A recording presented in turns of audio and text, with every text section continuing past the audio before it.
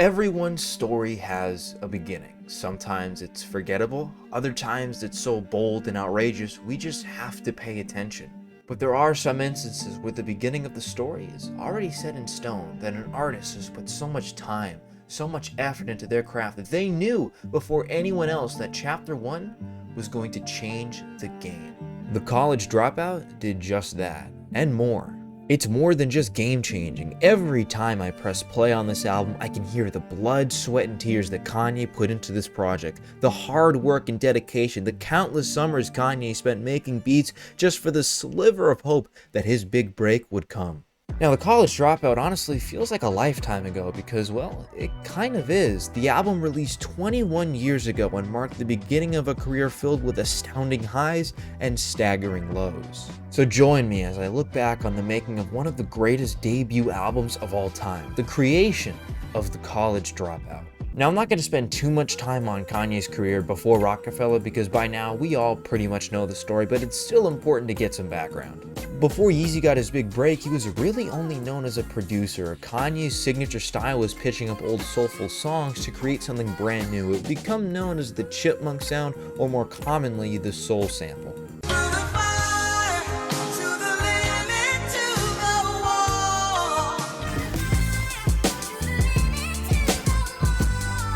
Kanye caught his biggest break as a producer when he had the opportunity to show off his beats to Jay-Z, who at the time was one of, if not the biggest rapper in the world. It led to Ye having the opportunity of a lifetime to produce on Hov's upcoming album, The Blueprint. Takeover, Heart of the City, Never Change, Izzo, and Girls, Girls, Girls Part 2 were all produced by Yeezy, and not a lot of people know this, but he actually sings the chorus on Never Change. His production work led to Rockefeller reluctantly signing him on as an artist, mainly because they wanted to keep him as a producer. But just 2 weeks after putting the pen to the ink, something would happen that would not only change the course of Kanye's career, but his life. One late night in 2002, Kanye was exiting from an exhausting recording session. It was 3 in the morning. He fell asleep in his rented Lexus and crashed into an oncoming vehicle, shattering his jaw in 3 separate places. Amazingly, Kanye was somehow not charged for the crash, but production on his debut album was going to have to be delayed because his mouth was wired shut.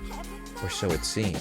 Just 2 weeks after the accident, Kanye started recording for Through the Wire, his debut single that would help put him on the map.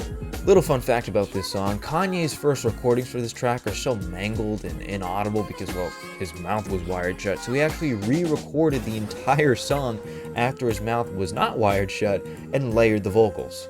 That right there could drive a sane man berserk. Not to worry, Mr. Aisha, the Izzles back to Wizard. That right there could drive a sane man berserk. Not to worry, Mr. Aisha, the Izzles back to Wizard. This was a huge moment for Kanye. The College Dropout was a chance for Kanye to not just be seen as a producer, but as a rapper. And Kanye actually mentions on the song Spaceship how long he's been working and grinding for this opportunity. Dude, lock yourself in a room doing 5 beats a day for 3 summers. That's a different world like 3 summers. It was time to use those 3 summers to his advantage. Kanye used his connections as a producer to get A-list celebrities and high-end talent to appear on his album. From Common, Jay-Z, and Twista to the likes of Jamie Foxx, Kanye was putting all his eggs in one basket. He was going all in on this one project. 21 songs ended up making the final cut for The College Dropout, but there was so much material to choose from Kanye's mixtape days to the studio sessions for the album. There were a lot of high-quality songs that just simply didn't make the cut. From old track list surfacing, we can see some of the songs that were supposed to originally be on the album, such as the unreleased track My Way. It go my way, shy way, this way or the highway. Shots that lay you off on your day off like Friday. There were actually a couple songs that Kanye originally planned for the album, but instead stashed away and saved for his sophomore project, Late Registration. These include Hey Mama and 18 Years, which would turn into Gold Digger. Hey Mama actually made it pretty far into the production of The College Dropout, as Kanye actually mentioned some of the lyrics of Hey Mama on Jesus Walks. I know I act a fool, but I promise you I'm going back to school. Well, mama, I know I act a fool, but I'll be gone to November. I got packs to move. As you already know, this album and its sophomore successor are filled with skits, all of which are done by comedian DeRay Davis, who Kanye still admires to this day. Kanye's debut album was actually much different than what hip-hop was in its current landscape.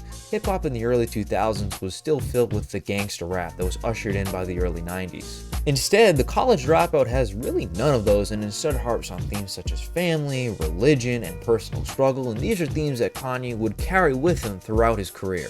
So after all those late nights making beats, all the phone calls, the record deal drama, and even a classic Kanye album delay, The College Dropout released on February 10th, 2004. And it was probably the best debut Kanye could ever ask for. The album sold 441,000 units first week, debuting at the number 2 spot on the Billboard charts and jump-started one of the greatest careers of all time. So now that we know how this first chapter begins, it's always fun to look back and see how it closed. What kind? I know he's gonna wild out and he's gonna do something crazy. Everybody want to know what I would do if I didn't win. I guess we'll never know. Thank you all for taking the time every day to watch this. It is always greatly appreciated. Whether you like, you comment, you just watch, whatever you do, it is greatly appreciated. If you want to follow me in any of my socials, the links to those are down in the description.